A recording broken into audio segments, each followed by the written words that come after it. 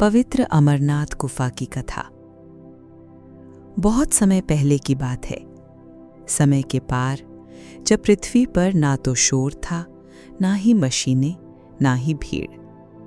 केवल हिमालय की बर्फीली वादियां थीं और वहां बहती ठंडी हवाओं में गूंजते थे ऋषियों के मंत्र। एकांत था, शांति थी और था केवल ईश्वर का अनुभव। उसी समय की एक अनुपम कथा है अमरनाथ की। ये कोई साधारण स्थान नहीं है। ये वो धरती है जहां स्वयं भगवान शिव ने मृत्यु और जीवन के रहस्यों को प्रकट किया था। ये वो स्थान है जहां अमरत्व की गाथा गूंजी थी। ये वो भूमि है जहां हृदय श्रद्धा से भर उठता है और आत्मा शांत हो जाती है। कहते हैं एक बार मां पार्वती ने भगवान शिव से पूछा, प्रभु, आप तो अमर हैं, आप पर काल का कोई प्रभाव नहीं। कृपया बताइए ये अमरत्व कैसे प्राप्त हुआ। भगवान शिव मुस्कुराए। उन्होंने पार्वती जी की जिज्ञासा को गंभीरता से लिया, पर यह कोई साधारण उत्तर नहीं था। ये रहस्य था, वो भी ब्रह्मांड का सबसे बड़ा रहस्य, जिसे केवल उन्हीं को बताया जा सकता था जो पूरी तरह शुद्ध हों, निर्लिप्त हों और जहां कोई तीसरा ना सुने। इसलिए भगवान शिव ने एक स्थान खोजा, एक ऐसी जगह जहां ना मानव हो, ना पशु, ना पक्षी। एक ऐसी गुफा जो एकांत में छिपी हो। वो थी अमरनाथ की गुफा। शिवजी मां पार्वती को लेकर निकल पड़े हिमालय की ऊंचाइयों की ओर। इस यात्रा में उन्होंने एक एक करके सब कुछ त्यागा। पहले उन्होंने अपना वाहन नंदी बैल पहलगाम में छोड़ दिया। इसलिए इसे पहल प्लस ग्राम कहा गया, जहां पहला त्याग हुआ। फिर उन्होंने चंदनवारी में चंद्रमा को मुक्त किया। फिर शेषनाग पर उन्होंने अपने नागों को त्यागा। महागुण पर्वत पर उन्होंने गणेश जी को पीछे छोड़ा और पंचतरणी में उन्होंने अपने पांचों तत्वों पृथ्वी, जल, अग्नि, वायु और आकाश को समर्पित कर दिया। अब शिव पूर्ण निर्विकार हो चुके थे, सब कुछ त्याग कर केवल सत्य प्रकट करने को तैयार।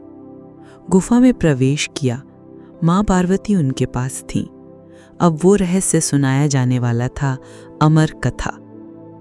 पर कौन जानता था कि इस ब्रह्मांडी आयोजन का एक अद्भुत साक्षी बनने वाला था, एक कबूतर का जोड़ा।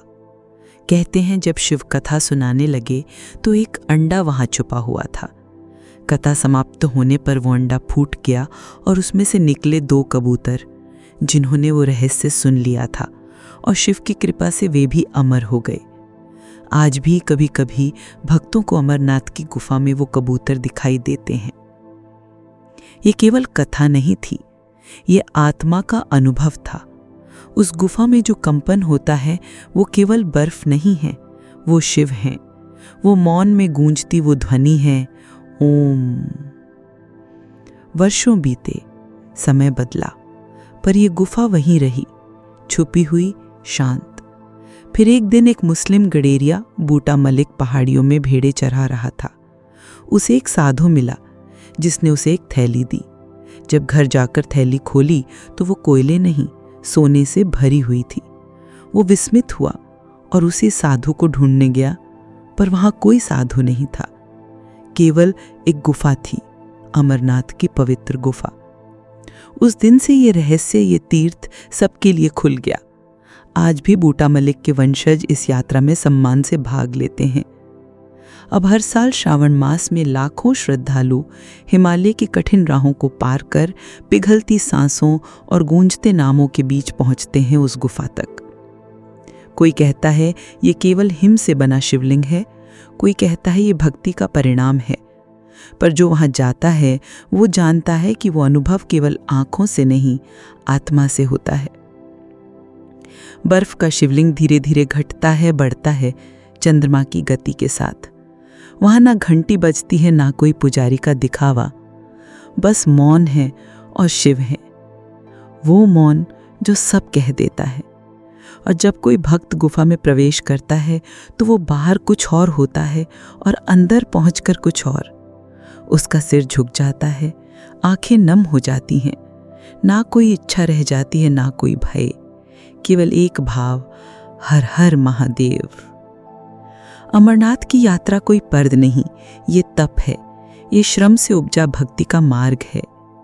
जब कोई यात्री बालटाल या पहलगाम से चढ़ाई शुरू करता है तो हर कदम पर उसका शरीर थकता है, पर मन और ऊंचा होता जाता है। बरसात, बर्फ, चढ़ाई, ऑक्सीजन की कमी, सब कुछ सामने होता है, पर उस शिव की दर्शन की प्यास सब बाधाओं को पार कर देती है। कहते हैं जो वहां एक बार जाता है वो पहले जैसा नहीं रहता, उसका हृदय बदल जाता है, उसके जीवन की दृष्टि बदल जाती है। शिव वहां हैं, कहीं भी नहीं पर हर जगह, और जो कोई इस कथा को सुनता है उसे भी वो दिव्यता छू जाती है। हर हर महादेव।